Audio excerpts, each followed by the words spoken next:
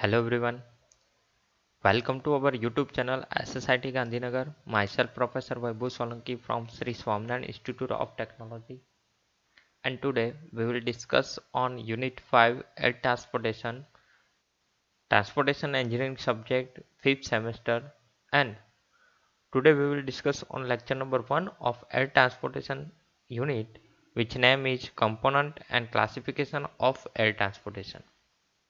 So दोस्तों, हम सभी को पता है कि एयर ट्रांसपोर्टेशन है वो फास्टेस्ट मोड है ट्रांसपोर्टेशन का compare to other transportation like water transportation and highway transportation.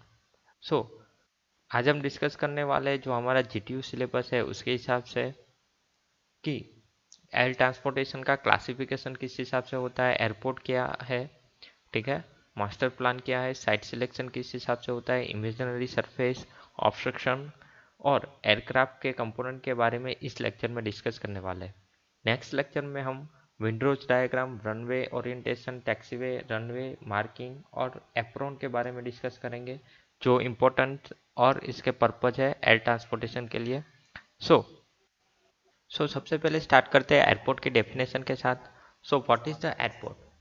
So airport की डेफिनेशन है any aerodrome at which a permanent custom and imagination facility are provided. कोई भी एरोड्रोम है जहाँ पे कोई परमानेंट फैसिलिटी प्रोवाइडेड है कस्टम और इमिग्रेशन की, ठीक है, उस फैसिलिटी प्रोवाइडेड है कोई भी एरोड्रोम को ड्रोम पे, तो उसको हम एयरपोर्ट बोलेंगे। सो बेसिकली ये एरोड्रोम क्या है? So what are the aerodromes? So aerodrome defined as a defined area on a land or water, including any building, installation and equipment intended to be used either wall or in a part for the arrival, departure and surface movement of the aircraft. Simply ये इसको हम ऐसा कह सकते हैं कि कोई भी डिफाइंड एरिया जहाँ पे लैंड पे हो या वाटर पे हो, उस डिफाइंड एरिया में हम हमारा कोई भी बिल्डिंग है या तो इंस्टॉलमेंट या तो इक्विपमेंट इंक्लूड करते हैं, और उसके साथ एयरपोर्ट का अराइवल डिपार्चर होता है या सरफेस मूवमेंट एयरक्राफ्ट की होती है, उसको हम एरोड्रम बोलते हैं, ठीक है। तो इस स्पेस को हम एरोड्रम बोलेंगे। तो इस हिसाब से एनी एरोड्रम एट विच कि कोई भी एरोड्रम जहाँ पे कस्टम और इमिग्रेशन की फैसिलिटी प्रोवाइडेड होती है, तो इसको हम एयरपोर्ट बोलेंगे। So first aerodrome was built in UK 1910 कि 1910 में पहला एरोड्रम यूनाइटेड किंगडम ने डेवलप हुआ था, बिल्ट हुआ था। So first modern airport was built in Germany. Aerodrome के बाद जो मॉडर्न एयरपोर्ट है वो जो बिल्ट हुआ था वो जर्मनी में फर्स्ट टाइम बिल्ट हुआ था। So before the second world war का कब हुआ था कि सेकंड वर्ल्ड वॉर के पहले। तो यह है history of airport.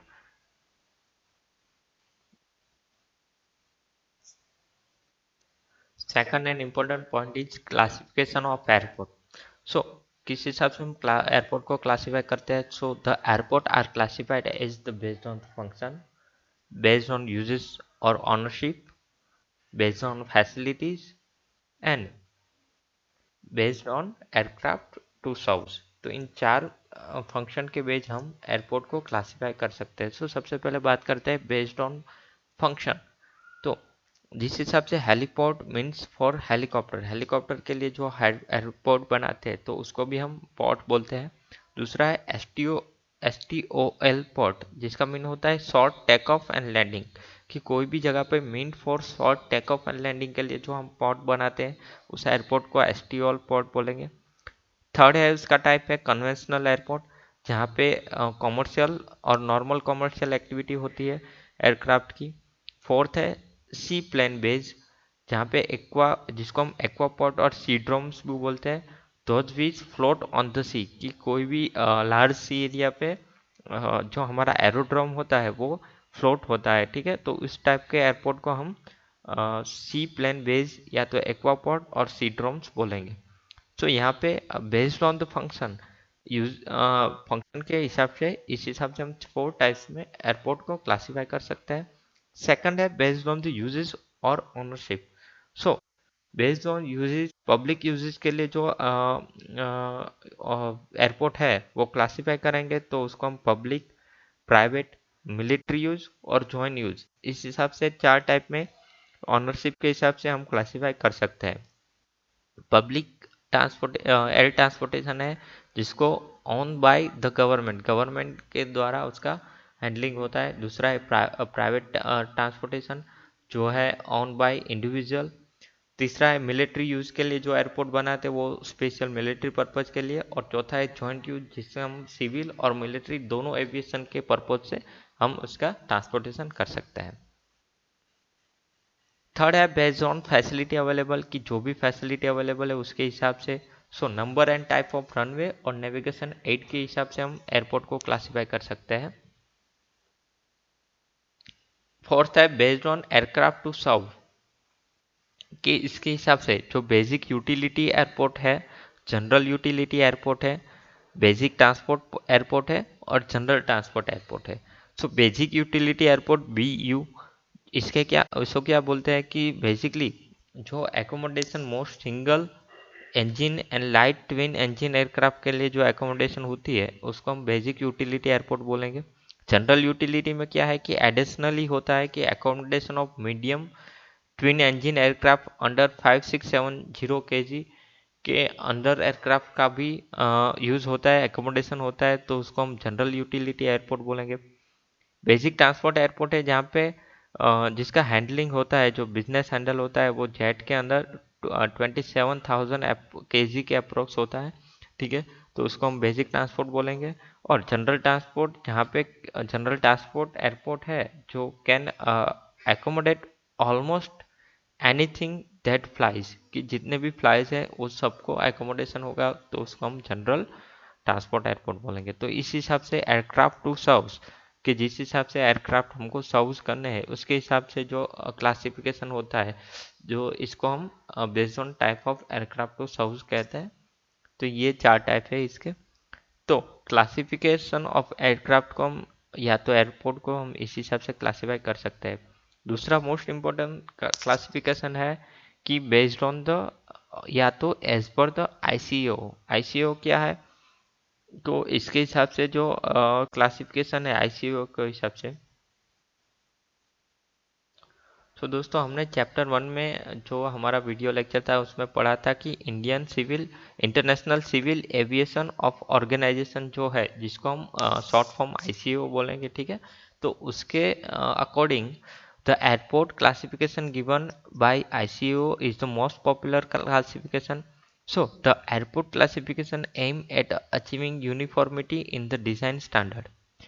The ICAO classification is based on two way.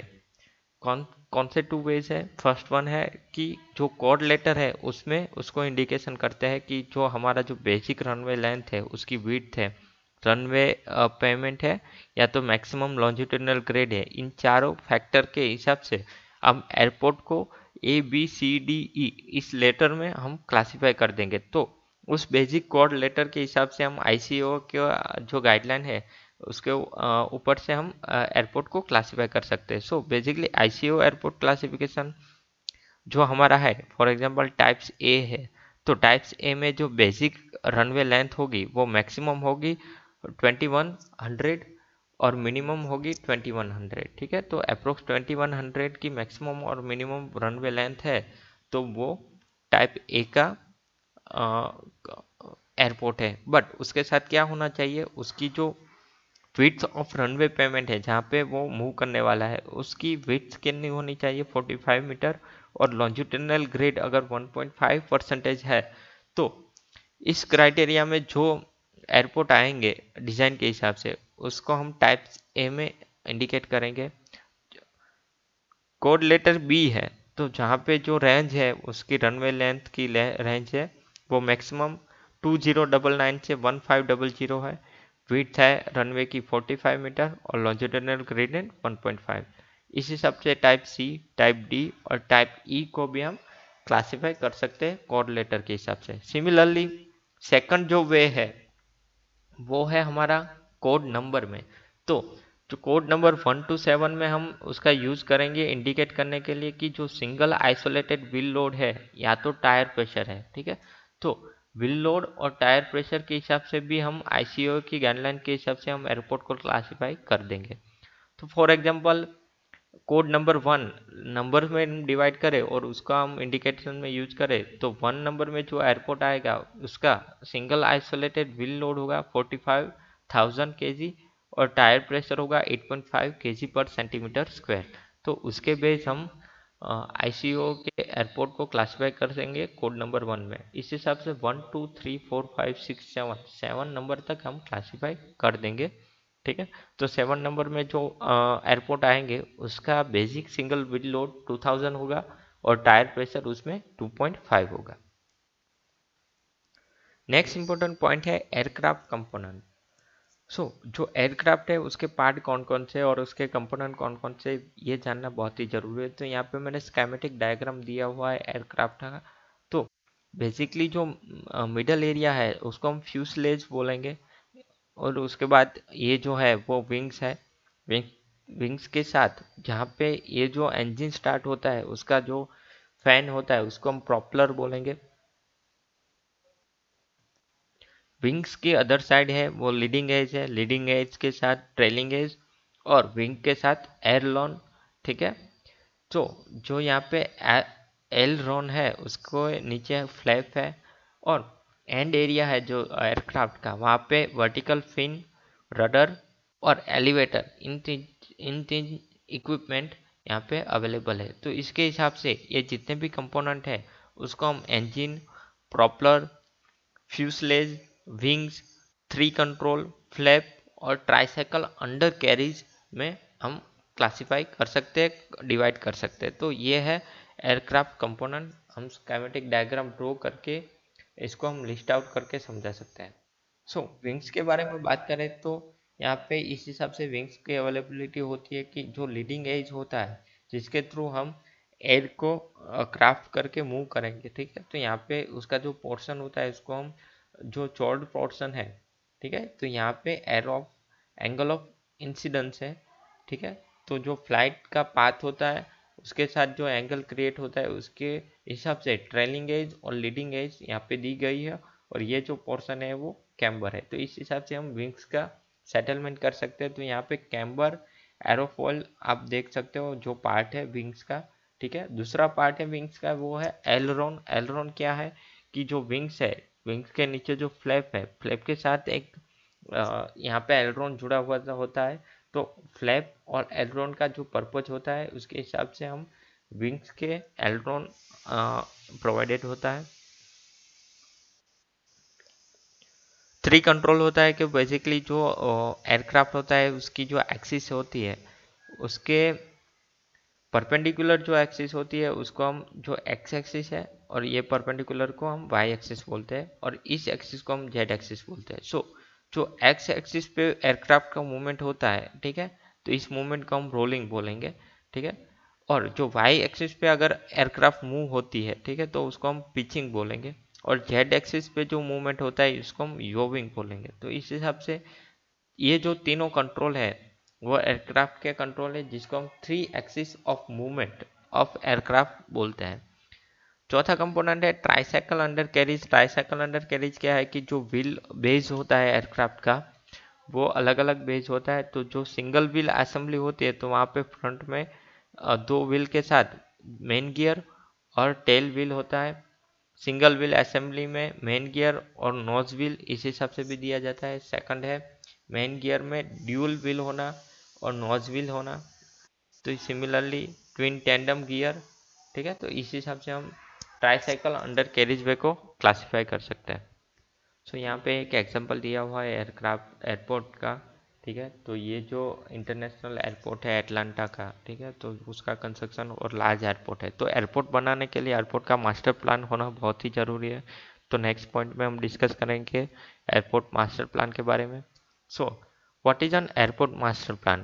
So an airport master plan represents the planner idealized concept of the form and structure of the ultimate development of airport।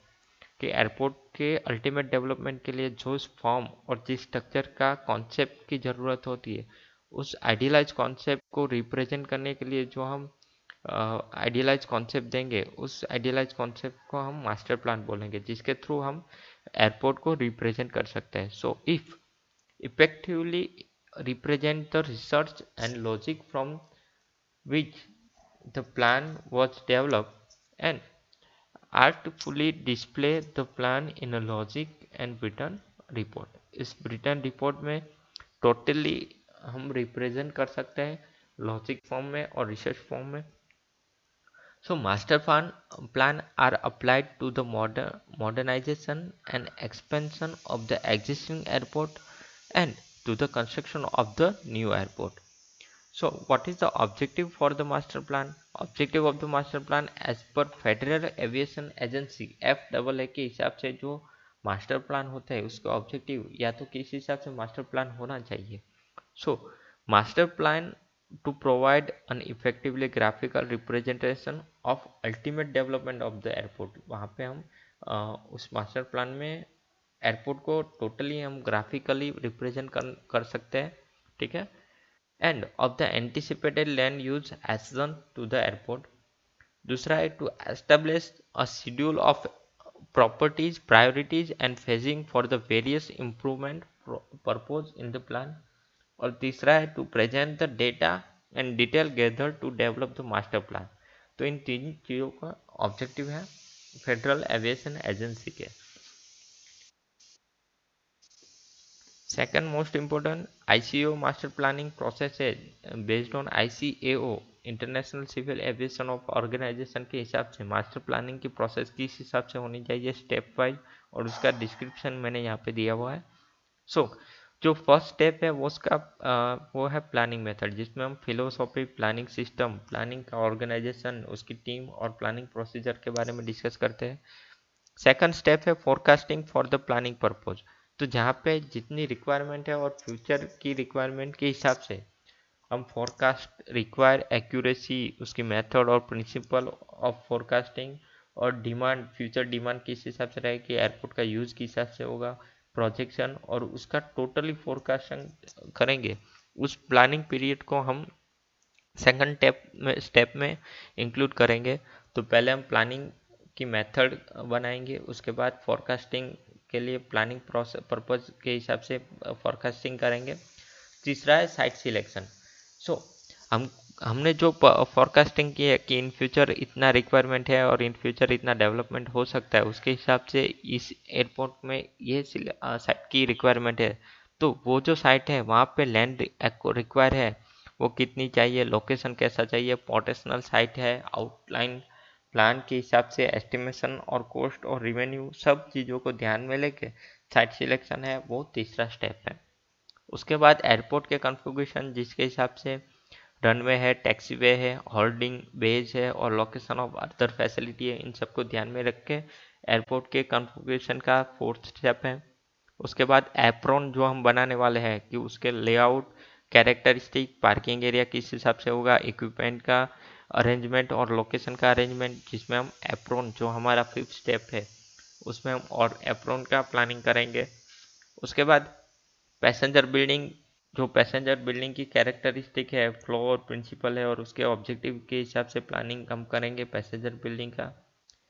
Ephron passenger building के बाद हम जो departure facilities है, जो जिस हिसाब से landslide road, landslide entrance है, चेक इन कॉनकोर्स है, डिपार्चर है, गवर्नमेंट फर्नीचर, जो कंट्रोल है, ठीक है, तो वो वेटिंग एरिया, असाइड एग्जिस्ट, इन सभी चीज़ों के जो कस्टम बैगेज है, इंस्पेक्शन है, इन सभी चीज़ों जहाँ पे आने वाली है उस डिपार्चर के लिए हम वहाँ पे फैसिलिटीज़ प्रोवाइड करेंगे. तो वो उसके बाद का स्टेप है. जैसे डिपार्चर के बाद अराइवल है, तो अराइवल के लिए पैसेंजर का जो गेटवे होता है, एयरक्राफ्ट गेट होता है, एप्रोन होता है, एप्रोन पैसेंजर होता है, कस्टम के इंस्पेक्शन जो अराइवल है उसका कॉनकोर्स, लैंडस्लाइड एग्जिट, इन सभी चीज़ों का जो कंट्रोल होता है वो अराइवल वाले पार्ट में करेंगे. तो वहाँ पे प्लानिंग में ये डिस्कशन करेंगे. उसके बाद है कार्गो एरियाज, जहाँ पे प्लानिंग प्रिंसिपल है, कार्गो बिल्डिंग है, लोडिंग के लिए, अनलोडिंग के लिए रोड और व्हीकल पार्किंग का डिस्कशन होगा. लैंडस्लाइड रोड और व्हीकल पार्किंग और अदर बिल्डिंग का हम कार्गो एरिया के बाद प्लानिंग करेंगे, जहाँ पे visual aid, navigation aid, control tower और ओपन कंट्रोल टावर के बारे में डिस्कशन होगा. और उसके बाद जो हम प्लानिंग करेंगे वो एक्सिस का प्लानिंग करेंगे. जो डिफाइनिंग एक्सिस प्रॉब्लम है प्लानिंग उसका क्राइटेरिया प्लानिंग के ऑब्जेक्टिव के हिसाब से और प्रिंसिपल ऑफ प्लानिंग के हिसाब से एक्सेस प्रोवाइड करेंगे। तो इस हिसाब से हम टोटली बेस्ड ऑन आईसीओ के मास्टर प्लानिंग प्रोसेस है, इसके हिसाब से एयरपोर्ट का मास्टर प्लान बना सकते हैं। तो ये है step of master planning of based on ICAO. तो दोस्तों यहाँ पे आज के इस लेक्चर में हमने 2-3 टॉपिक देखे, जिसमें classification of airport, airport master plan और एयरपोर्ट और एयरक्राफ्ट के कंपोनेंट के साथ साथ हमने एरोड्रम और एयरपोर्ट की डेफिनेशन देखी है। ठीक है, तो आज के लिए इतना ही। Thank you.